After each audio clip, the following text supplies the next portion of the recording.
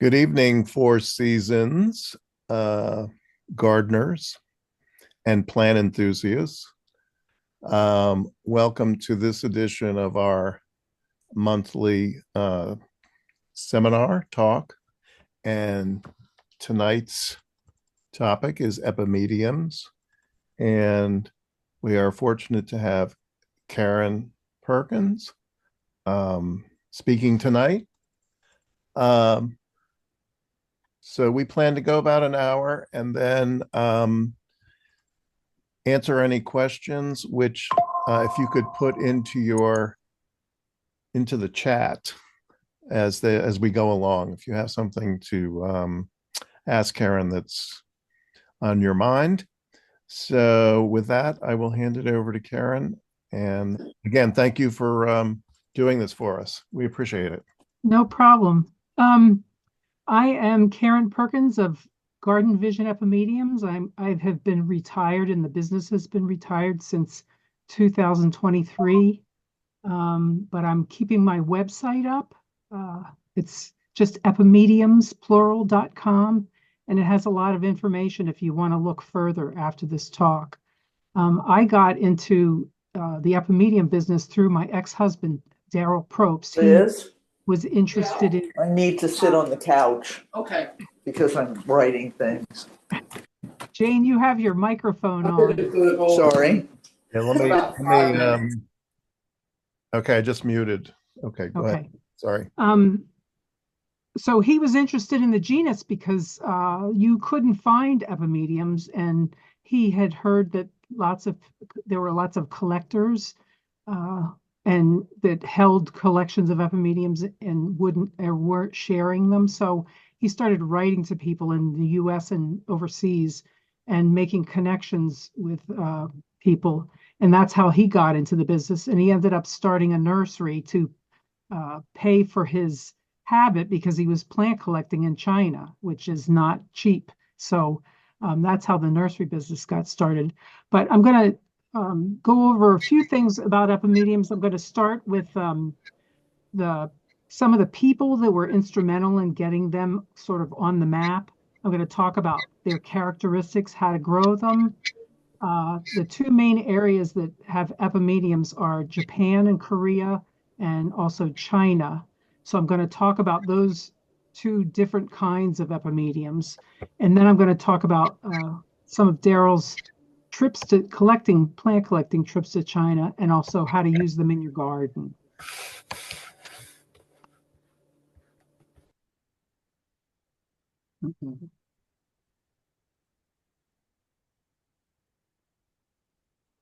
So one of the important people, at least in our nursery, was a man named Harold Epstein, which some of you may know of him.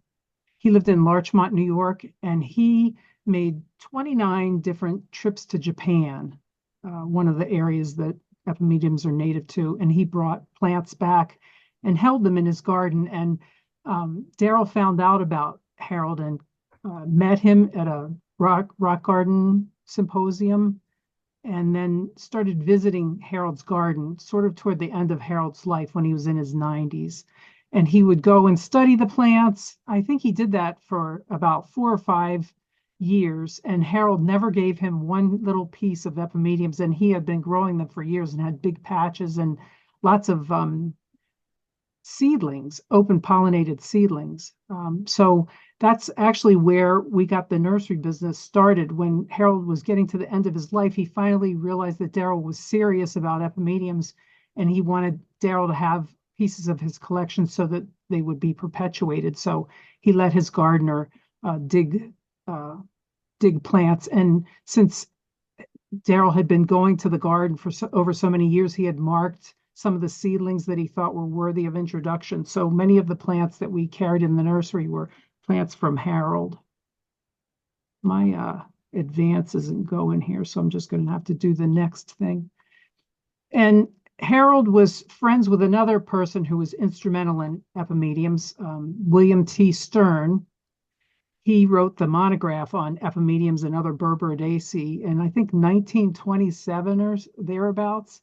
And then Timber Press republished it in 2012, and it was actually came out after Professor Stern's death.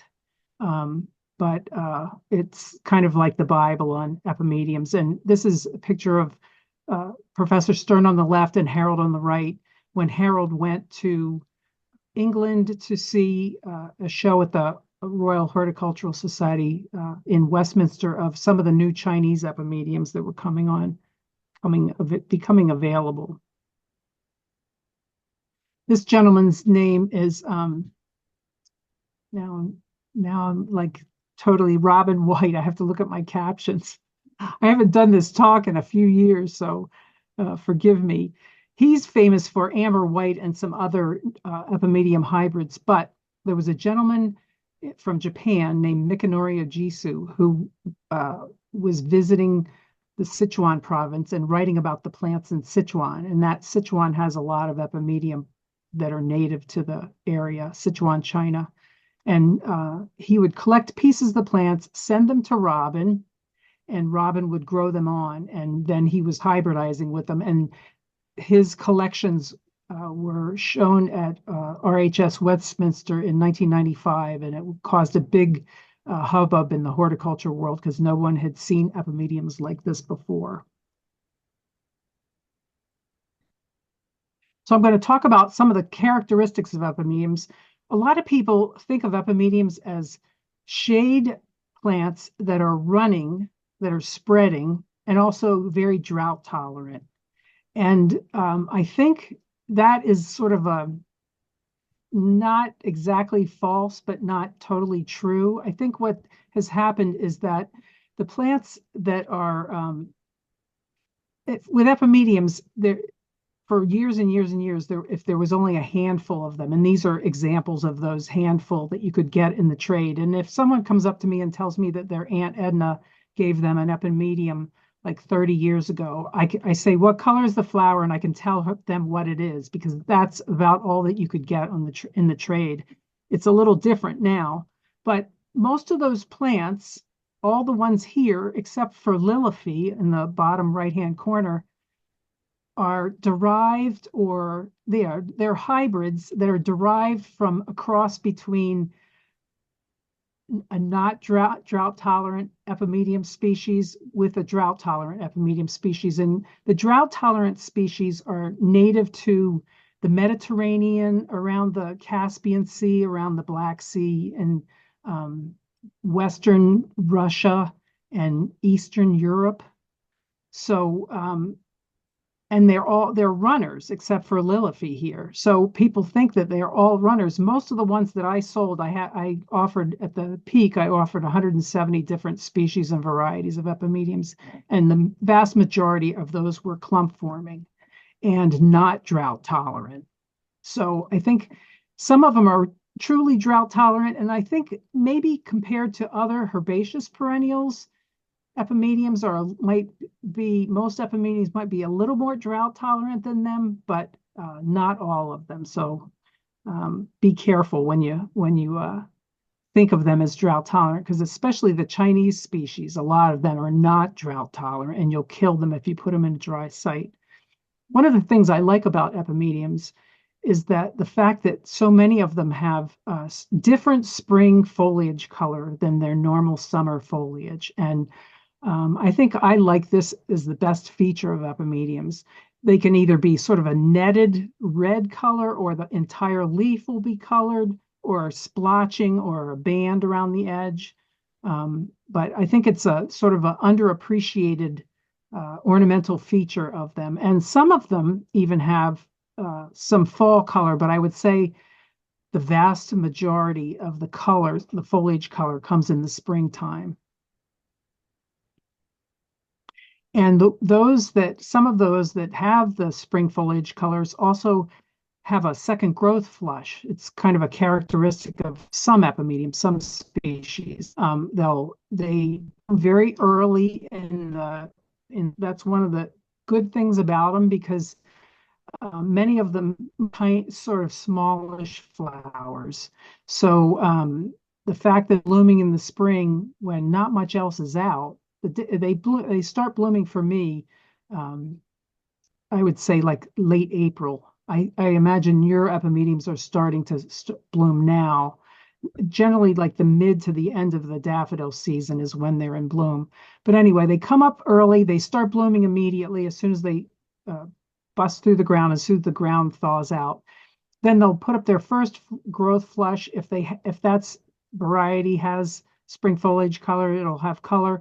And then the flowers die, and then the plant will push up a second growth flush on many of the species, and you can see that here. So for me, on some of them, I can get some ornamental value out of them other than green leaves for about 6 weeks if we have a long, cool spring. I got tired of people telling me that all epimedium foliage looks alike. So one July day, I went out with a basket and collected a bunch of different leaves just to show you the variety.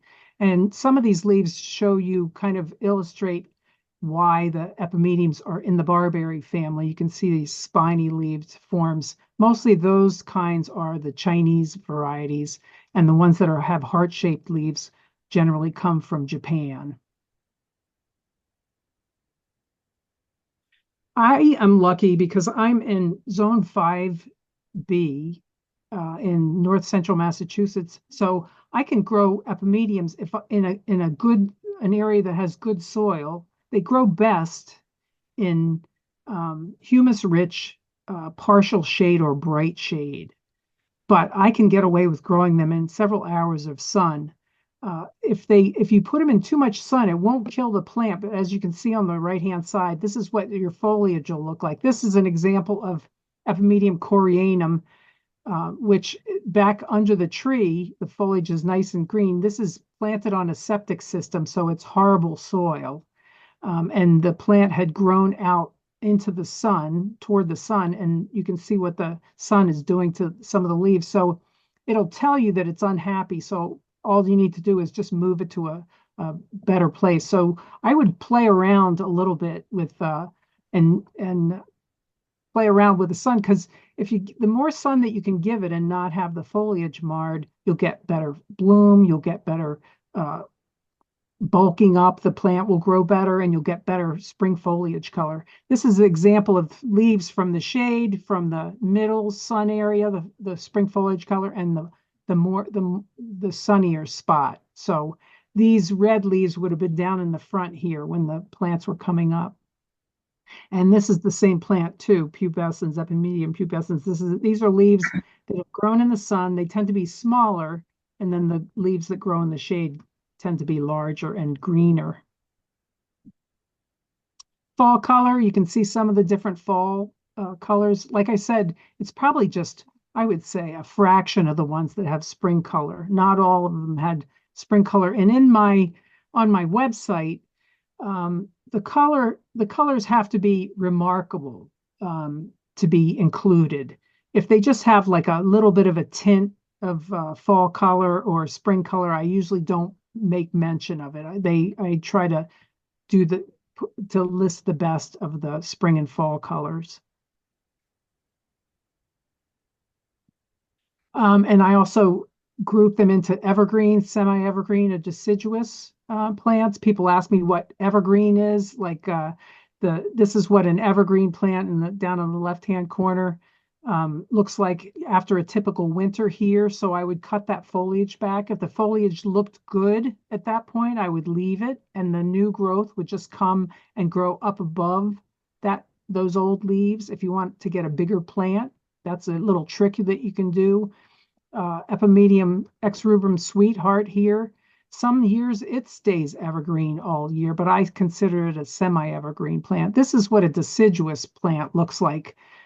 It starts going downhill after the first few killing frosts. So this would be a shot in January when the snow's out here. Here's deciduous.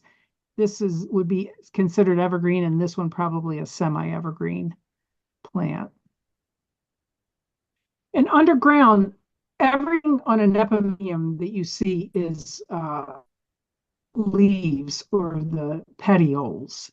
The stems are totally underground. And I know there's been some arguments in here about epimediums being wheat, and I looked them up in Stern's book, and he considers them herbaceous. But for all practical intents and purposes, if you're cutting films on the bottom of an epimedium, it's not herbaceous. It is woody. And that's one of the things about epimediums. I've asked nurserymen why they don't carry them. And they say they grow too slowly for them. They can't fill up a gallon pot in 2 months. And it's because they have like a woody stem. And the distinction between whether they're clumping or running is that the clumping forms just make a woody knot underground that just keeps getting bigger and bigger. It depends on the increment, the growth increment of the stems. This one's kind of like a cross between a running one and a clumping one, but I would consider this clumping because this isn't going to make a big patch anytime soon. These are the ones that spread a little bit faster, and that's what the rhizomes look like. And every single epimedium, it amazed me when I would propagate, because I did all my own propagation for everything that I sold, how different they look underground. You never know what to expect. Some are really easy to divide and some are hard to divide. And it just depends on the plants look like under the ground. So here's a clump that I was dividing in, say, September. And in terms of dividing, I used to divide anytime I could between the end of March and early October.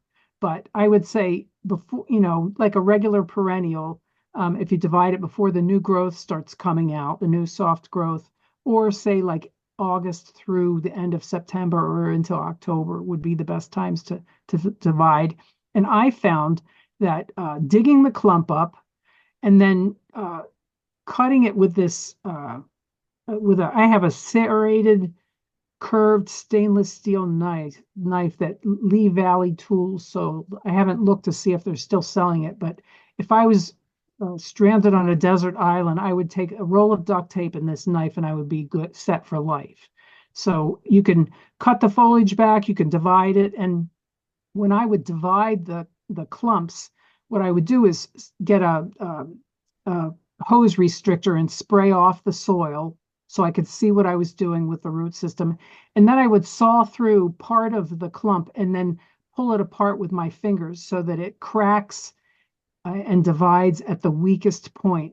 Because if you just saw through the whole clump, you're ruining a bunch of rhizomes. You're cutting a bunch of rhizomes in half.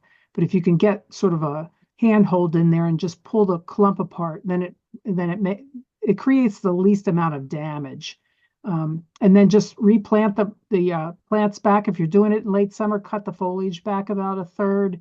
If you're doing it in the spring, they hardly miss a beat. If you just take them and put them back in the ground, and they'll root and come up easily in that spring. Keep them watered. You can grow them from seed, but they need a cold stratification. And the seeds ripen really early for us. That's in June. So they ripen about a month or a month and a half after they bloom, and the seed pods pop. So this is a little contraption that Daryl figured out. He would put a piece of wet fleece in the bottom of a pot and then pin the stem to that pot so that the seeds dropped on moist fleece. And then he would plant them immediately. They needed cold stratification, so he would just put them in a pot and then put gravel over top of them, small gravel, and then let them keep the plants outside in winter, and then they would germinate the next year. So he had a lot of plants that he brought back from China, and we used to keep the clone numbers on them. So the nursery that he created was not only a commercial venture, but also sort of a scientific venture. With epimediums, if you're going to get seed, you won't get it off of one plant. You need to have different clones, and not all the different species or clones are fertile with one another. And a lot of people ask, oh, are they invasive? Will they, cover your garden with seedlings? And I mean, I have hundreds of epimedium plants, and I am not inundated with epimedium seedlings. I mean, you can, like that last slide that I showed you, you could see what the little seedling leaves look like, and then pull them out in the spring if you have time. Potting up epimediums, I made my mix extra I put extra roughage in the mix. I put extra pine bark in the mix to give it good drainage because epimediums are tolerant of a lot of growing conditions. That's what one of the things that makes them easy to grow, but they're not tolerant of soggy soils. If you have heavy clay soils, you need to raise your bed and put some drainage material into your beds, or else you're just going to rot the rhizomes because their stems are underground and their woody stems don't like being in wet soils. Planting and maintenance, when we had the nursery, the only time we had to plant was late in the fall. This is a shot in November when we've already had snow. And the initial beds that Daryl built in the nursery were kind of steep and they were hard to maintain. But he did that because in the wild, he noticed that the epimediums were always growing on a hillside, and I guess that helped with the drainage. So that's what he did in the nursery beds. He would the nursery we had, the first nursery we had was heavy clay soil, and we were losing a lot of plants. So once he started this rototilling some pine bark into the mix, then we had a lot better luck. And epimediums are some of them are drought tolerant, and one of the reasons for that is that they have such a deep root system.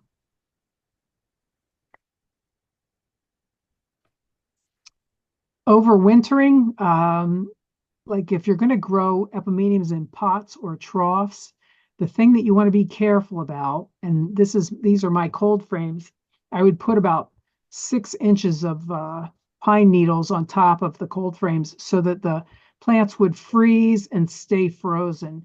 What you don't want, because I grew the plants in very small containers, 2-inch square containers, because I did mail order and it made it easier. And since they were kind of woody plants, I could keep these plants in these tiny containers for 4 or 5 years and it wouldn't hurt the plant. Anyway, you want to make sure that the pots don't freeze and thaw because that will kill the rhizomes too. So if you're growing them in a trough, you want to put them in the winter, put them on the north side or in the shade someplace, and then hopefully put some, I don't know, leaves or pine needles or straw or something around the pot so that it freezes, stays frozen, and then heats up gradually in the spring. Fall cleanup. I used to do cleanup in the fall and spring just because I had 2 nurseries to maintain. What you want to be careful about is, since epimediums come up so early in the spring, as soon as the ground thaws out, you need to get out there as soon as the snow's gone and the ground dries up a little bit. Get out there and start cleaning up because it's amazing how fast they come out of the ground with a couple of warm days in the spring. And lately, I've just been cleaning up in the spring because Mother Nature does half the work for you. The leaves dry up and half of them blow away, so you have much less work to do. If you don't get around to cleaning up your epimediums, the new growth will just come and grow up over and hide the old growth, so you don't really have to do it. And if you don't have a million labels in your garden like I do, you can use a lawnmower or a string trimmer to clean them up. Some of the pests that you have was one of the biggest pests is black vine weevil, but I've never had enough damage to cause any major problems with the black vine weevil, and you're never going to get rid of it because it also feeds on rhododendrons. So it's it's everywhere. I used to treat the pots with beneficial nematodes. The black vine weevils, the adults eat these little C-shaped crescents out of the leaves, for me, starting in June sometime. And this is what the larvae look like. And this larvae has been treated with the nematodes. It has sort of like a bloody look to the inside of the larvae, and I could tell that was one that the nematodes had invaded. The one down here below is a healthy nematode that's not invaded and been invaded with nematodes.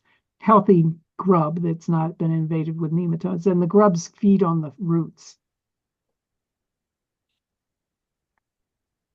Voles are another problem, and up until about when the time COVID hit, I could always tell people that I had never had a mature clump of epimediums totally obliterated by the voles, but they've made a liar out of me the last few years, and they have killed just a couple plants. And as I said, I have hundreds of plants, so it's not a huge problem.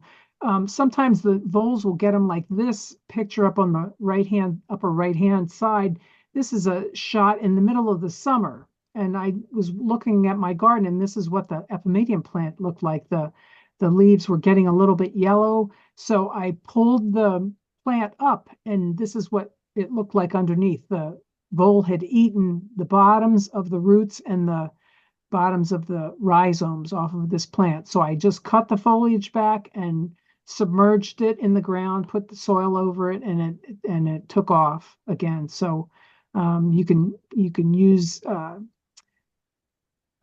deterrents for voles. You can catch them in mouse traps or use poisons for them, but I usually don't do too much for them. I just look around and make sure that if I see a plant that looks like this, that I can rescue it before the voles totally kill it.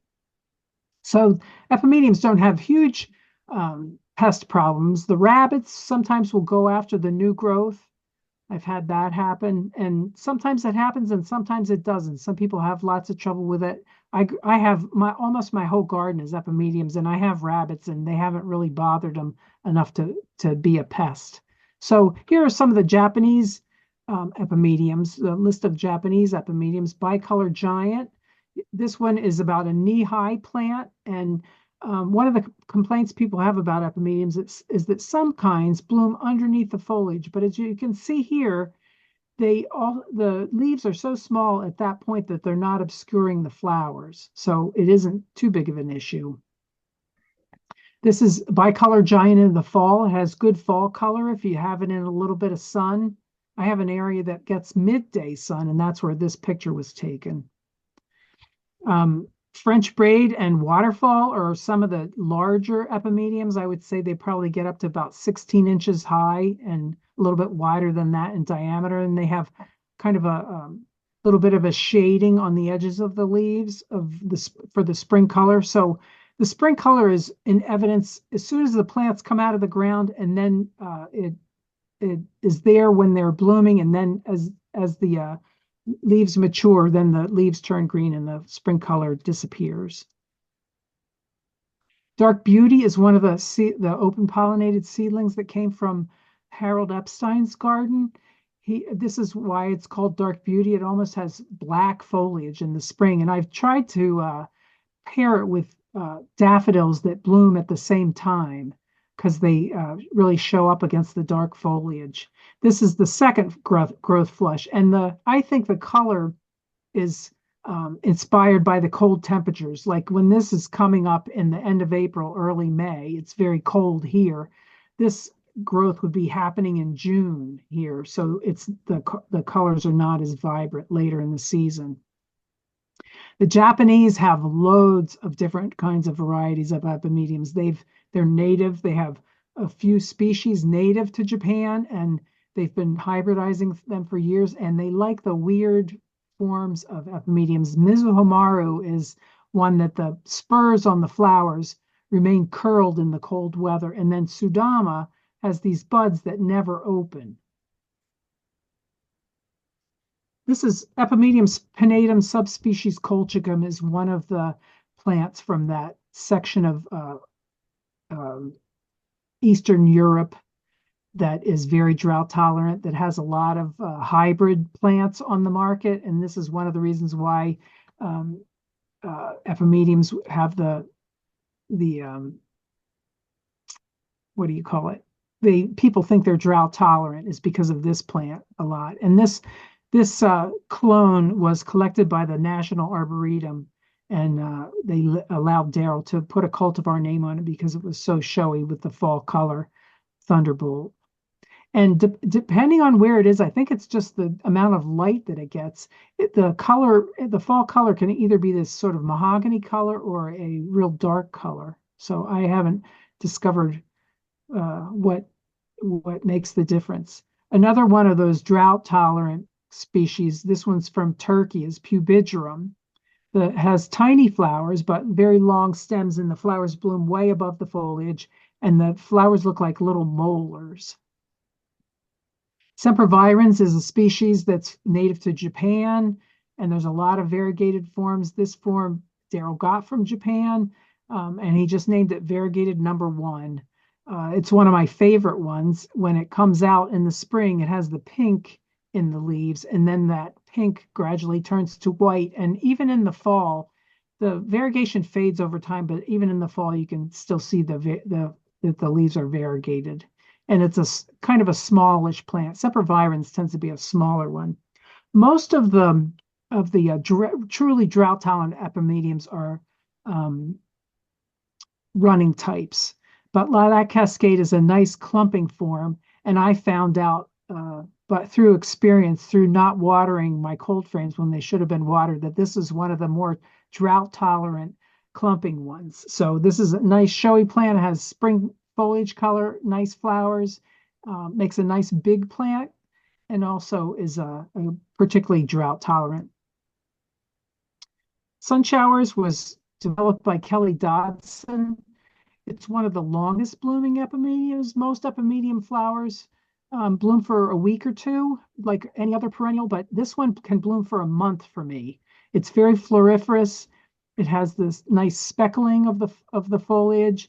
It blooms when it's very short, but it eventually gets to be, the foliage gets to be about 6 or 12 inches tall. Ex rubrum is comes from, it's a cross with alpinum, which is another one of those Eastern Europe drought tolerant plants. This one is a really good drought tolerant one. This is a piece of granite that I have in my backyard, and this is just planted in a crack of the granite, and I never water it, and it never wilts or gets burnt. It's in almost full sun, and it's a really good foliage plant and also good for drought tolerance. Cherry tart, the ex versicolors also have that Epimedium subspecies colchicum in them, so they are also very drought tolerant, and there's a lot of varieties of ex versicolor. This one, cherry tart, this one was discovered as an open pollinated seedling by Judith Springer. You might know of her. She used to live in Virginia. I don't know if she's still there. Anyway, another running one which has true pink flowers. Most of the time, if you look in catalogs, and I try to be really careful about this, people will describe epimediums as pink, but truly they are more lavender than pink. This is a true pink epimedium. There are not very many of them, but cherry tart is one of them. And it also goes through a fall color change. It starts with a sort of a mustard green color to the foliage, and then as the weather gets colder, it turns a deeper red. Cuprium, another drought tolerant epimedium. This one has beautiful spring foliage color and nice salmon colored flowers, so it's a real pop of color in the springtime. Azusa is a Japanese cultivar. Has very crisp, clean white flowers with red petioles that actually really show up when you have them in your garden. And also it has this persistent white star on the foliage that still is there in the fall. Be My Valentine is a hybrid that Daryl created, which has sort of a rosy red flower, very floriferous if you give it a little sunshine. Beni Kujaku is one of those odd forms that the Japanese have created, and it means red peacock, the translation of the name. So Daryl went on a trip to China. He was invited to go in 1996 by, I think, someone from Duke Gardens. And he went with other people that worked in botanic gardens and nurseries across the country. And they looked for epimediums. I think they were there for 3 weeks, and they looked for epimediums for a couple of days. Everyone had different interests, so they didn't look around in the epimedium areas too much. But when Daryl came back, he started researching, and he ended up going back in 1999 and 2000, and looked for epimediums in the fall first, because most of the epimediums in China, unlike Japan, the native species are deciduous, but the Chinese epimediums, almost all of them are evergreen. So he went in November after the frosts so he could spot the plants easier. And then he went back in the spring to make selections for better, showier flowers and better foliage.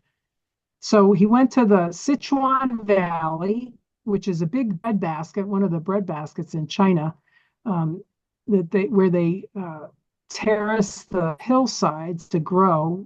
He was very surprised at the steep, hilly terrain that they would grow crops on. And the Sichuan Basin is right in this area here in China. And he flew with Chengdu. And then he had this on our dining room wall, and it was so big it went onto the ceiling. And he put little pins and explanations where he had discovered that plants were collected. He went every chance he could get. If we went to a symposium in St. Louis, or we went to the Arnold Arboretum and went to the herbarium and looked at the Epimedium specimens, and he looked to see where they all were collected. So he suspected that their nomenclature was really messed up. So he was trying to discover whether these plants were actually new species or just interspecific hybrids. So he mostly did his research and collecting in this area, which is an area that not very many plant collectors had been focusing on. Most of the plant collectors were going to the mountainous area here, Shan, and he focused over on this side.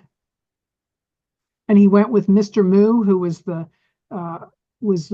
Forestry Research Institute, and Joanna Zhang was the interpreter. She was studying English in college, so she came along as an interpreter. And as you can see, Daryl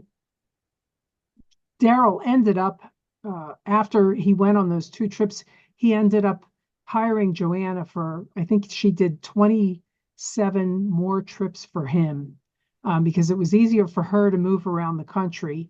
And she sent plants back to him, and he would keep in touch with her. He would email her on the computer. She would go to the internet cafes, and she would report to him what she had found, and then he would decide where she was going the next day. So it was kind of amazing that she's out in the middle of nowhere, and he could give her instructions on where to go depending on what she found, and she was very good at it. And you can see this new species. This is the type specimen for Epimedium unifoliatum. And you can see that her name and Daryl's name is on the type specimen because they enabled the taxonomist to find this new species. And that's been the story for several of the new species. And I apologize for the crappy quality of these pictures, but these were scanned from slides. This is Daryl with his fishing vest with many pockets on it, his binoculars so that he can see things far away. He also had a extendable pole that he could grab stuff off of hillsides, because many of the hillsides were very steep like this. This was one of the roads. He said his driver thought that his job was to get him from point A to point B in the least amount of time. He said he was scared to death going on these 1-lane roads, when you had to pass another car. So it was sort of a hair-raising trip for him.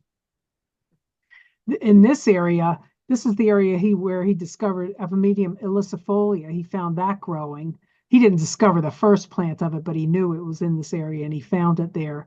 And he said many times you would see vans that had gone off the sides of these hills, and the person that was in the van would be staying with the van because they didn't want anything to happen to the merchandise that they were carrying. They would just stay with the van until somebody came to help them. At night, they would go to a restaurant. Many of the restaurants just had 3 walls, and the one side was open to the street. And generally, the area he was in was really not open to foreigners, but he traveled around there because of Mr. Mu's presence. And so they were he was an unusual, a Caucasian man was an unusual sight in this area. The little kids used to line up in front of the restaurant and just stare at him.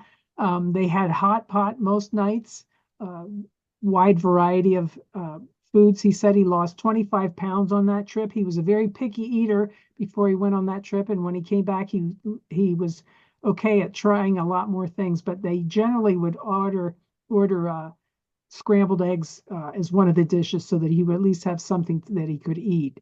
And one of the restaurants that he went to, this is where they would prepare the food out in the parking lot in the back. And when they were walking in, he saw this bowl of wasp larvae and he commented on it. So they brought it to him at the table, cooked. So he tried the wasp larvae.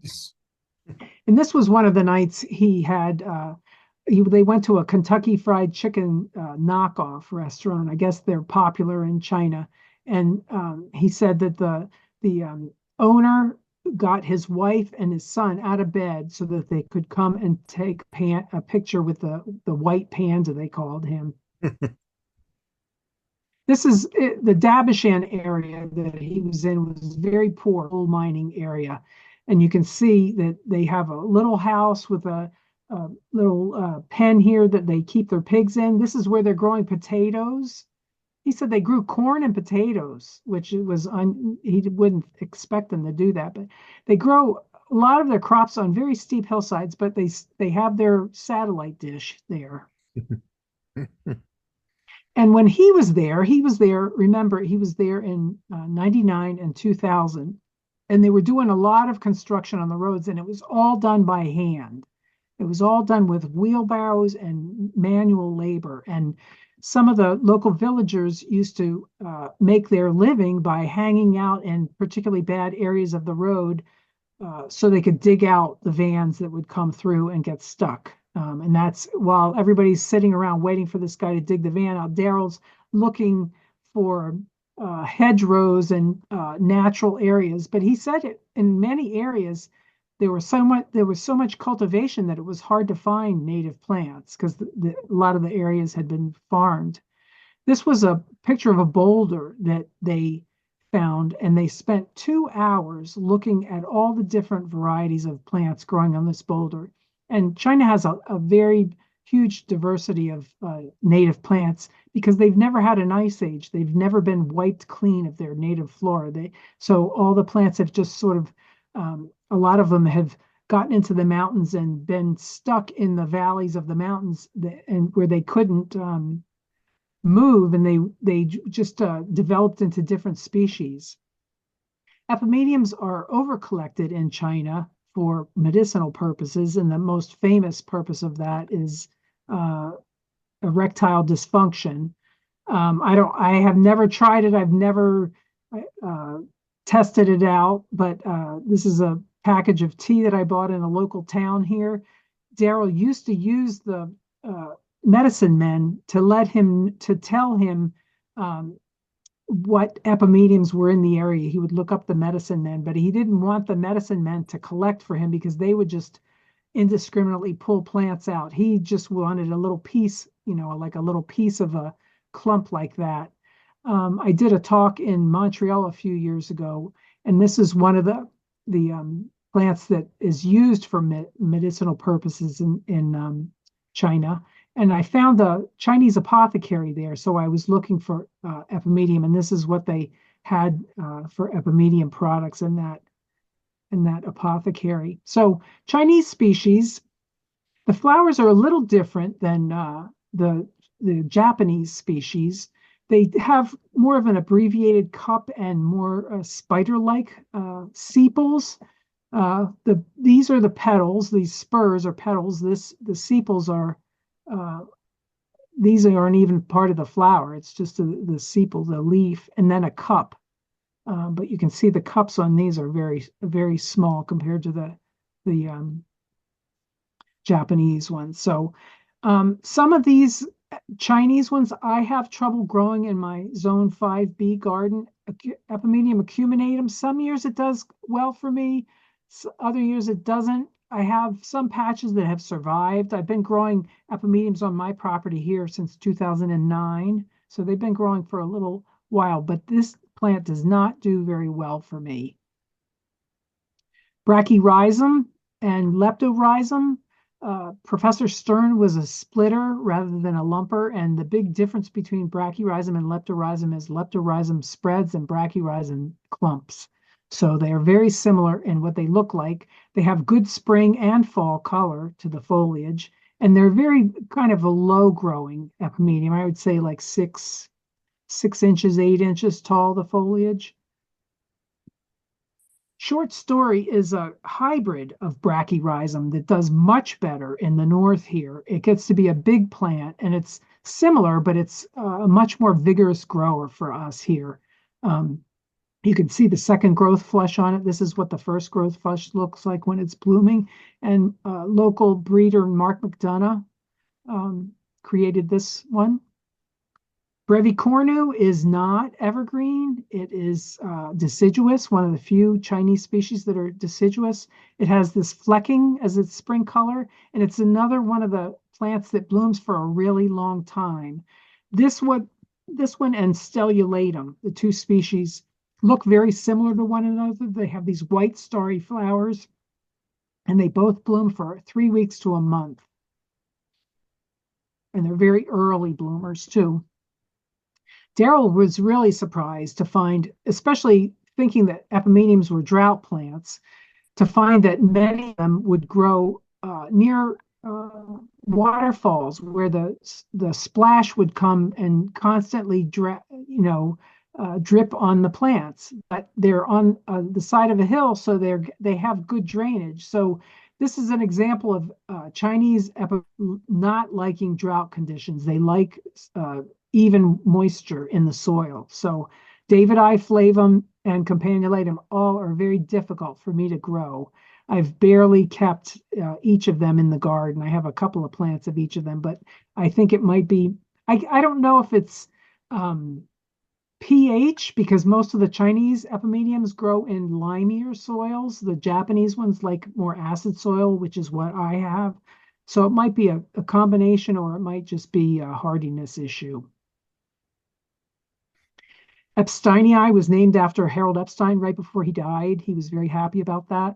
And Sichuanense, those are two kind of low-growing plants, good spreading ground cover kind of plants. Sichuanense does fine for me. It grows fine. It's only about 2 or 3 inches off the ground. Fargesii, I have no trouble with this. This grows great. It's a clump forming one, and it has flowers kind of like a shooting star, and it has spring foliage color and also this flecking in the fall in the leaves. The leaves turn green in the summertime. Here's an example of the different clones, how the different clones look different. Lycianii. If you look at I made a wreath of the different fall foliage colors. So these 4 leaves are from one clone. These 3 leaves are from another clone. These 2 leaves are from another clone. And these 2 leaves are from another clone. So you can see how different each of the plants is, and it's the same species. And that's why when he went back, he was looking for these differences in the different species and different ornamental characteristics. Epimedium macrocephalum is another one of those European drought-tolerant ones. Sweet Rachel has a beautiful mahogany or maroon fall and winter color, and it's very low growing. It's a very shy bloomer, but the flowers are very big, so they're showy when you have them. Epimedium mirianthum, the flowers you can barely see them, but the foliage is spectacular, and this one has particular good markings on it, so we gave it the cultivar name Mottled Madness. This is a picture from one of Joanna's trips, and it gives you an idea of what they were looking for. Here's an epimedium. You can see the foliage in amongst all these sort of other native plants there. So see how hard it is to find them, and why Daryl went there in the fall so he could see the evergreen leaves. But this is a very chalky, high pH site. The epimediums, he tried to collect epimediums at about 3,000 feet elevation because he thought they would be hardy outdoors here. But you can see that it's up at the top of the mountain. It's too dry for epimediums to grow. So the epimediums really didn't travel up and over the mountains. When they were in a valley like this, they would kind of stay in the valley. And at the bottom of this mountain, it's too hot for them to grow. So they would grow in a band around the center of the mountain. And this is where she found Epimedium platypetalum growing. Two hybrids that Daryl created by crossing Japanese epimediums to Chinese epimediums, or domino and pink champagne. If somebody's looking for one specimen plant of epimediums, this is the one I recommend. There's some new ones out there on the market, but if you're looking for something that makes a really good show in the garden, has good size, it has nice flecking for spring color, and these are sister or brother and sister seedlings from the same hybridizing batch. One just has white and maroon flowers, and the other has pink. The domino is a slightly bigger plant than pink champagne, but I would recommend those to put in a special spot in your garden to make a nice show. Simple Beauty is a new species that hasn't gotten identified yet. He introduced this plant just because epimediums generally have a leaf of three leaflets. This one, the three leaflets have been fused into a long leaflet, and this leaf can be up to 9 inches long. It gets quite large. And he also has another epimedium called Ninja Stars that he's hybridized that does much better for us than a lot of these jagged edged epimediums. You might be familiar with Wuchenense. That one grows okay for us, but not real great. The Ninja Stars does much better. So that's a plant that Daryl introduced to the market. So using epimediums in the garden, they're early blooming.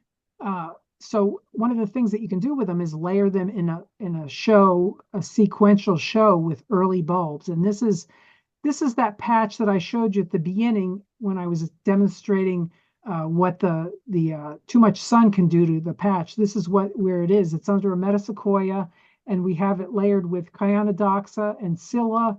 I think I had some fritillaria in there, and it also those bulbs come up, bloom. Then the epimediums come up and bloom, and then when the bulb foliage is yellowing and looks ugly, the epimedium leaves unfurl and cover up the bulb foliage. So it's a good way for you to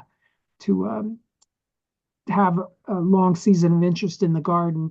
This plant, Epimedium flavescens number 4, has these beautiful red stems and you might not notice this if there were a lot of other things blooming in your garden, but this plant comes up so early in the season that there's not much else going on in the garden, so you can really appreciate some of the subtle beauty of the epimediums. Daffodils are another way that you can combine them. And if you're doing this, what I would warn you about is that you want to get an epimedium that spreads a lot so that it has a very open mesh of stems. You don't want one that has small growth increments, because you want some space in between the stems so that the daffodils can push their way up through them. But even here with these King Alfred daffodils, with the epimedium foliage, it's ornamental just because of the foliage is like a bright limey green in combination with the daffodils. But this is a Fronleiten, which is one of the common ones on the market, one of that handful that you can find in the garden centers. So that's a easy way to combine them. And I have this picture. This is my almost full sun area in my garden, and there's a big ledge over here, granite ledge area. And I live in a house that was built in 1790. So this area is where everybody threw their compost out from the kitchen for 200 years. So this soil is really nice and fertile. And that's what the epimedium's like. This gets sun from about 10 o'clock in the morning until about 3 in the afternoon, direct sun. And the plants do fine here for me. So Um, Depending on where you are, play a little bit with the sun. The more light you can give them and not have it be detrimental to the foliage, the better the plant, the more flowers you'll get, the better spring foliage color. This is a shot taken at Stonecrop Garden in Cold Springs, New York, and they have their epimediums planted in what I call a tapestry pattern. They have them mixed in with all sorts of other foliages, which is nice too. So after bloom, these plants, this is the bicolor giant that we saw with the pink flowers underneath the foliage. This is what it looks like later in the season. The foliage has that spring foliage color. This is Dark Beauty. This is a shot in early June for me, where it has the secondary growth coming out. So even after the bloom is gone, you still get a little bit of ornamental aspect to it. This one is called Chocolate Lace, and it's blooming with thalia daffodils at the end of the daffodil season, and it has a nice dark color. And this is a picture in one of my shade gardens, along with Epimedium Kaguyahime, with some hostas, some hellebores, Veronicastrum, Semissifuga, Trilliums. And even though there's one plant here in bloom, it makes a nice combination. One of the things that we've been very lucky for over the years is that many horticultural, I guess, shows or books or magazines have come to us and taken pictures and helped publicize epimediums, helped us publicize epimediums. Martha Stewart is one of them. Horticulture Magazine, Rebecca's Garden, Garden Gate just put an epimedium article out in their winter edition. So we've been very lucky to have people search us out to promote at the epimediums. And I could never have done it. I ran the business by myself. Daryl, he started the business in 1990, and his true love is hybridizing. So I sort of took over the running of the business after he got it started after a few years, and ran the business until 2023. But I couldn't do it during my open house with the help of my neighbors and friends and all sorts of people that helped me over the years to do all that I had to do to run the business. So I appreciate that. And Daryl is working on Coreopsis. I like to say that he's the one that made a good living, and I'm hardly making a living. He's targeting the mass market, and I'm targeting the specialists. So he's making a good living with his Coreopsis hybrids. But he has gotten back into hybridizing epimediums, so we might still see some more new introductions from him. And if you're looking for more information on epimediums, there's the Plant Lover's Guide to Epimediums that was written by Sally Gregson. She's a British nursery woman. And then this is Professor Stern's revised Epimedium monograph. It's out of print, but you can get it used. It's a more scientific aspect to the more scientific treatment of the genus. And also my website, epimediums.com. We plan to keep that website up. I'm planning to add, now that I'm retired and have more time, I'm planning to add more photographs and more complete descriptions of the plants so that you can always get information. And there's a lot of articles that feature things that I've written that feature my experience in growing them. So you might be able to get some tidbits on problems or issues that you have, or just learning about how to propagate and things like that. So if you look around the website, there's a lot of information there. So with that, I'll open it up for questions. Yeah, thank you so much, Karen. This is fascinating. Enjoyed your travelogue pictures. They were wonderful too. I'll just run through the chat here real quick. People mentioned your Epimediums Garden Vision website. Barkley came down on the side of Woody. I guess between that and herbaceous. Um, I'm just commenting on my experience. It seems woody to me. I mean, when you're sawing through that, and the fact that they're slow to establish, but they're a plant that lasts a long time in your garden. They're the plant that'll be growing under all the weeds in an abandoned garden. So I attribute that to it having a woody base, woody stems and a woody base. mhm, okay. Cindy and David were asking about a source for the nematodes that you had mentioned, and also what time of year to put them out, how many, how to do it. Um, I just did it. If you're doing it in the ground, very effective. I was doing it on pots, mhm, so I don't know.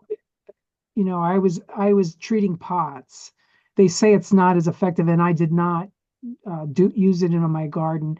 And I can't Arbico, I think Arbico is the company.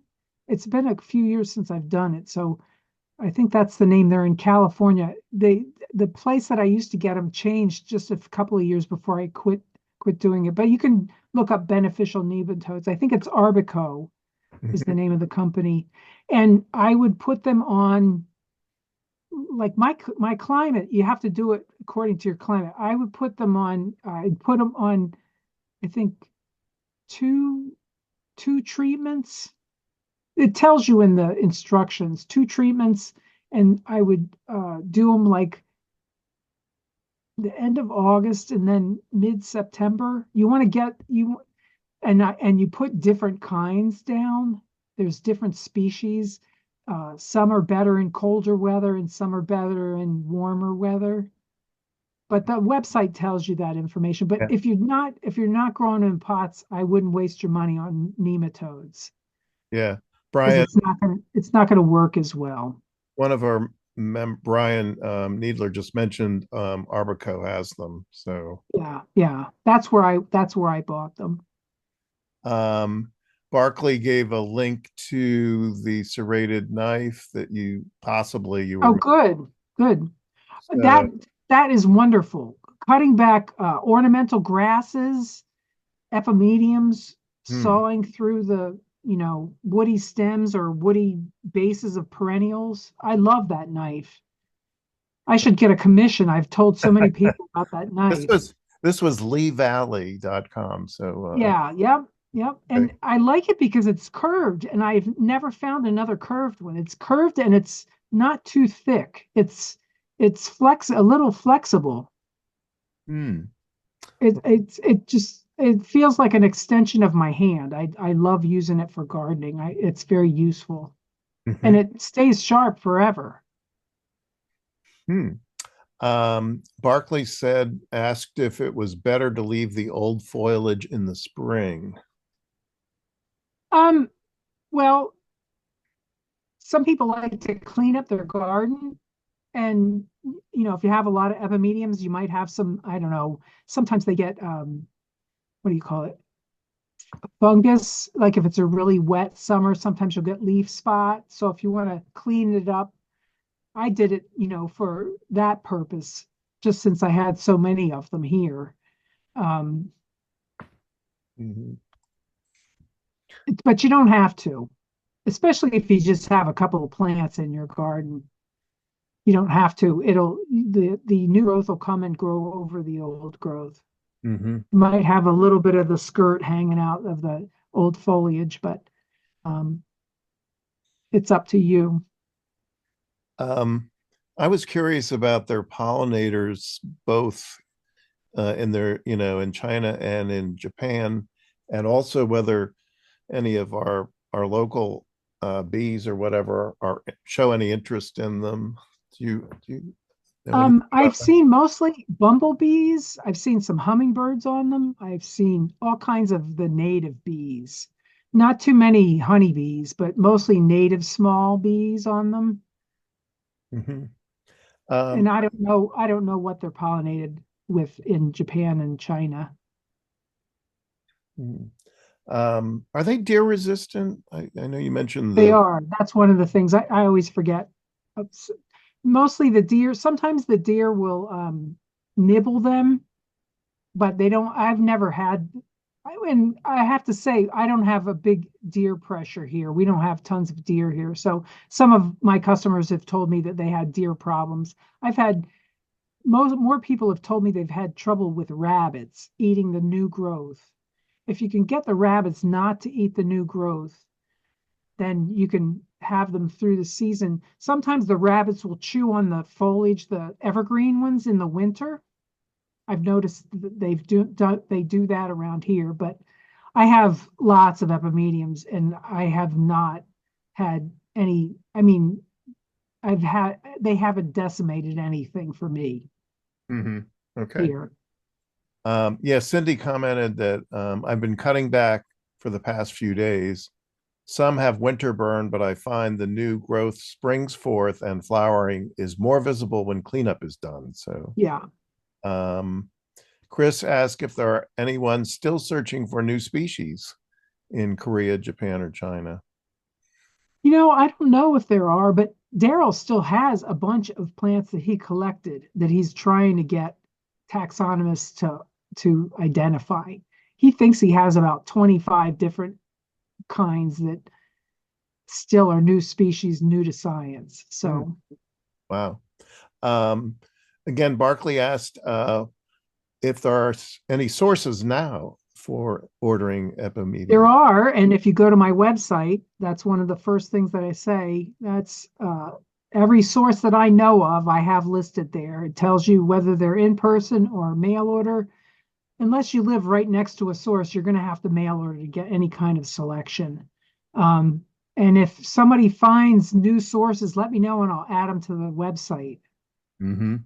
You can always find the list of sources there. I don't know how many sources I have, maybe 20, over 20, maybe. Mm. Okay. Um, I guess this would be besides, I guess your husband Brian, are there any other people currently breeding? Um, Yes, lots of people. okay, There's lots of people in Europe, United States. Yes. okay, There's lots of new, I mean, I haven't even kept up with all the new varieties. If you go to some of the sources, you'll find some of the new varieties that are out there on the market. okay. Um, let's see. Alice asked MSO. I'm not sure what that means, but anyway, where can we find a selection of plants now that you aren't selling anymore? What, the companion plants? Is that what she's talking about? That's maybe if Alice wants to unmute and explain. I'm not sure. I Uh, haven't I haven't I, really kept up. I haven't really kept up with I list on the website the companion plants that I used to sell. And I haven't kept up with who is offering them. There might be some yeah, people you could just Google the names and see if you can find them, but yeah, I haven't. actually, Karen, what I was asking is about is I've bought from you in the past, Mhm. and uh, I'm just wondering if there's anybody else who has a similar selection that is selling. If you go to my website and look at the Oh, sources, the ones that are okay. selling, there nobody is selling 170 different kinds like I did. But some of them have 30, 40, 50 different kinds. And I try to, if there's a source that has a really good selection, I make note of that on the contact information that they have a large selection. So those are the ones you might want to go to first. Terrific. Thanks. Mm-hmm. some people have mentioned in our area, a Meadows Farms, Plant Delights. I think that's online. Yep, they're on my website, but I'll write down Meadows Farms. Do you That's know what town that's in? that's local in DC Is area. that a garden center or Mhm. Yeah, yeah. okay? Um, I know they're in Maryland and Virginia. I'm not sure about DC. Um, one of our public parks, Green Spring, sometimes has a few. They have a plant shop there, and so that was it. Um, Sometimes people recommend mycorrhizal treatment. Apparently, these are not very picky about any soil organisms Well, they may or may not need or whatever. yeah, I've never experimented with that with them, but Mhm. they like good humus rich soil and adequate moisture. All of them like that. Even the drought tolerant ones. They don't like it dry. They would rather have well drained, humus rich, moist soil, evenly moist soil. Mhm. So when they were brought over from China or wherever, uh, you would just put them in your local soil, and they would, again, humus Yes. rich and so forth, and they'd be fine. Yeah. Hmm. I just, with my soil, one thing I should tell you is to be careful with fertilizer. You can burn them with chemical fertilizers. I never fertilize them in the ground. I used to put Osmocote in the pots, but Hmm. I never fertilize them. I just put shredded leaves on them. I mulch them with shredded leaves every year. So I'm adding organic matter into the soil.